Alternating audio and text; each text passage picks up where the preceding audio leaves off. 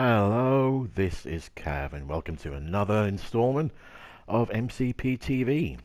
Now, for this video, we're going to be looking at something that I've actually been wanting to write about for a few weeks now and not got round to it. Binding of Isaac Rebirth. Now, it has just come out maybe 2 or 3 weeks ago. It's on PC, it's on Steam. Also on PlayStation. It's on PlayStation Plus as one of the complimentary games on PS4 and Vita, I believe. It's a remake of the 2001 game by Eden McMillan and Tommy Refenes, I can't pronounce his name, but they're the guys who did Super Meat Boy. Yeah, very creative guys, very good game designers, both mad as a dog with two cocks, and if you're not familiar with Binding of Isaac, I'm about to show you. Now, the premise of the game is you play this little guy, Isaac, a little infant, whose mother is basically, how would you put her, sort of a Christian nutjob who starts hearing voices from God and tries to kill him. He escapes in the basement, which is where we start off here. And it turns out the basement is a portal to hell or something. It's a roguelike. It's set up like a sort of cross between Zelda, I guess, and a twin-stick shooter. You've got your movement on the left stick, and on the right, you shoot. And yes, those are tears. I do warn you, this game is mental. So, basically you go room to room. The idea is you are meant to clear the room of enemies. So we have these crying sort of potato head sloth baby things that seem to spit out flies when they die, as you do. Now I've cleared the room out and we get a bomb. Now bombs are very useful in this game. It is worth trying to keep hold of them as much as possible. Now it is all randomized, so your average playthrough very much hinges on what you encounter. Like you got these guys here, whose purpose I haven't quite worked out yet. They do pop up from time to time, but I'm not sure what they do. There's a lot of stuff in this game that they don't explain. And it's kind of been part of the game's appeal. There are wikis out there which will tell you what all the items in the game do and what everything else does. That you can look up if you want, but I think a lot of the appeal is to basically just work it out for yourself. A lot of the items you get in this game, and items are very crucial in a good run of Isaac, don't come with explanations. Some of them, the uses are very obvious, some not so much, and the idea is as you play through, you work it out as you go along. And I've got a key here. Now, keys are very important. We're going to go back to this room we started out in, the one above. And you can see you can open special doors, and what we have here is a shop. Doesn't really help us out very much because we don't have any money. Enemies do drop money when they die, so we can't really do anything for now. So we're just going to go back. Actually, look down here. Now this door here with the sort of golden door jamb, that means it's housing an item, and we have it here. Now, as I said, items are crucial. They have very important effects on you. Some positive, some negative. Now we have here Taurus. It gives him horns, gives him a bit of speed, and also rage powers, which I believe does give you invincibility once it builds up. Very much like Zelda, you've got your heart-shaped life containers. Unfortunately, we can't pick this one up. And we have these spikes, and the idea is... Oh, well, usually the idea is if you run into the spikes enough, it'll drop a chest. Yeah, I have the feeling that apparently a big part of the inspiration for this game is Ed McMillan and his fundamentalist Christian upbringing. So there's a lot of themes of kind of suffering and sacrifice, and as you can see, quite scatological as well. These are piles of poo that we're shooting at the moment. They sometimes give out items. Not in this case. And Because of that, because of the sort of scatological, very kind of warped art style, I mean, this game, you know, there's some people just won't appeal to it. A lot of people just don't get into it, which I guess is fair enough. But it is actually, underneath all this stuff, it is a very, very smartly designed game. Like any good roguelike, it does reward extra, you know, repeated playthroughs, getting to know the systems, getting to know the items you can pick up. Okay, so I'm fully raged up, which means I am invincible, and my touches will cause damage.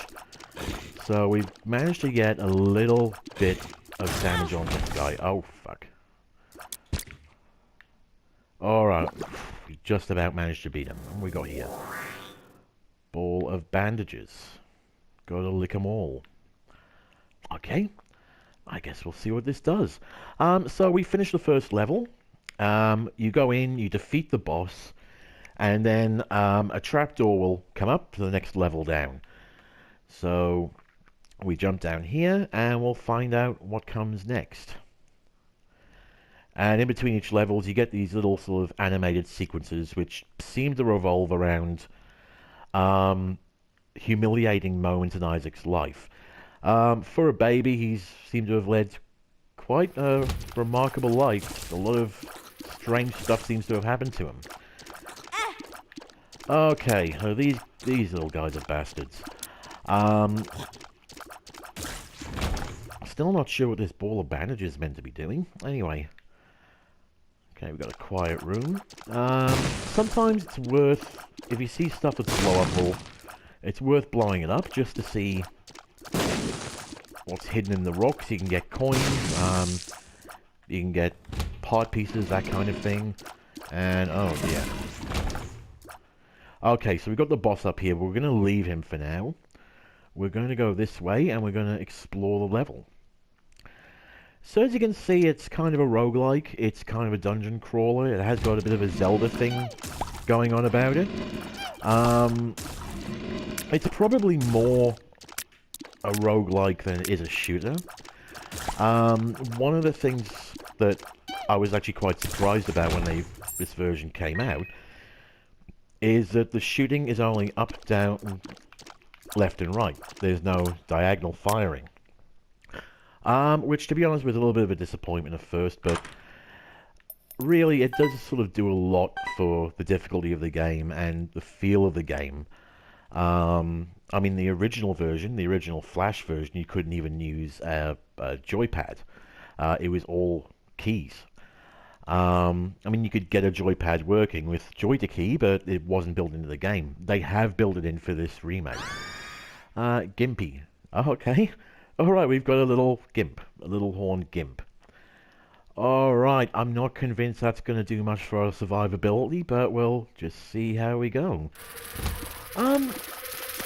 Yeah, prudes look the other way when it comes to this game. It's fucked up. Okay, I'm dead.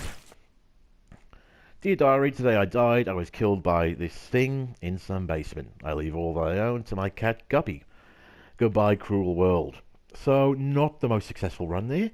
I think we've got time for another run through, and hopefully I can show you some more of the items that you can get. So generally, the first floor, or the first level, is always fairly short. Okay, now we have a pill. Now, pills are, oh, we've got these little fly guys. You occasionally get, like, little guys who will accompany you and fly around with you and generally help out, but their use tends to vary quite a bit. And we have a pill. Now, pills are a bit of a crapshoot. Some of them have positive effects, some have negative. We're going to take this one, and yeah, it's lowered our overall health. So, I presume that means we only have 2 hearts now instead of 3. Pills are a bit risky. I've found that pretty much half the time they don't have positive effects. And we have these sort of tarot cards as well. So this one is strength. And you can see I've used the card and now I'm bigger. Okay, well, we'll clear this room out. We'll see what else we can find. Now, left 1 on a DualShock 4, drop a bomb. You can use the bomb just to clear up rocks, get the stuff like coins, and in some cases, some rooms, you can actually find hidden rooms using them as well.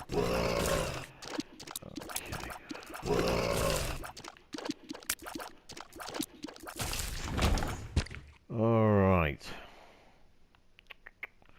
Do we want to go and face the boss? Yeah, let's do it. We've only got about 4 minutes left on the clock here. And Monstro now, he's not an especially difficult boss, so we should be able to get past him pretty easily. Okay. This guy's fairly predictable. He's usually actually the first stage boss. They do randomize the bosses to a certain extent, but for some... on our last playthrough with somebody else. But anyway... mind you, I'm not doing very well at all here. I can just avoid getting hit. I can finish this guy off.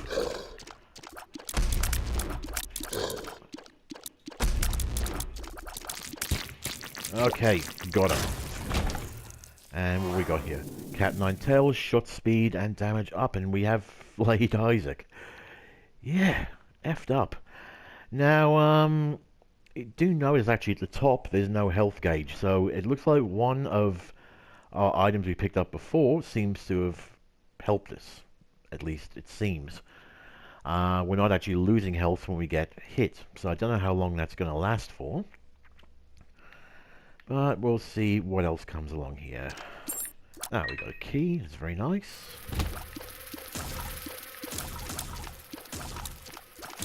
Okay, we get rid of these guys. Oh, yep, it's run out. We've got our hearts at the top again. Doesn't leave us in the strongest position. 2 hearts isn't very much at all. So we're going to have to play it a bit careful.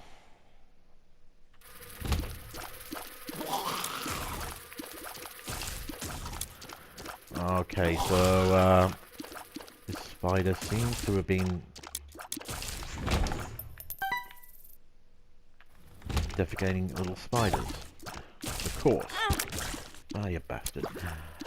Alright, so we don't seem to be doing too badly, all told. I'm going to run in and do this last boss so you can just see another one of the bosses here. This is Larry Jr. Oh, usually there's 2 of these guys, now there's 3. This is going to be challenging. As you can see, there's dropping these little poop piles all over the place, which do get very difficult to manage after a little while, because they do obstruct you. Oh, okay. I'm dead. So there you have it. That is the Binding of Isaac Rebirth. As you go, there are unlocks as well.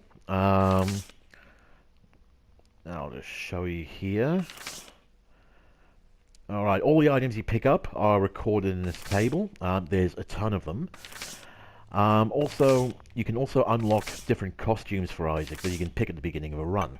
There's Magdalene, which gives you basically a spare heart. There's Cain, which I believe gives you magic farts. And Azazel, who basically lets you fly, which means you can fly over gaps, fly over obstacles. But if I remember right, you are significantly weaker for it as well. So look, anyway, that is Binding of Isaac Rebirth. Look, as long as the art style doesn't put you off too much, it's very worth picking up.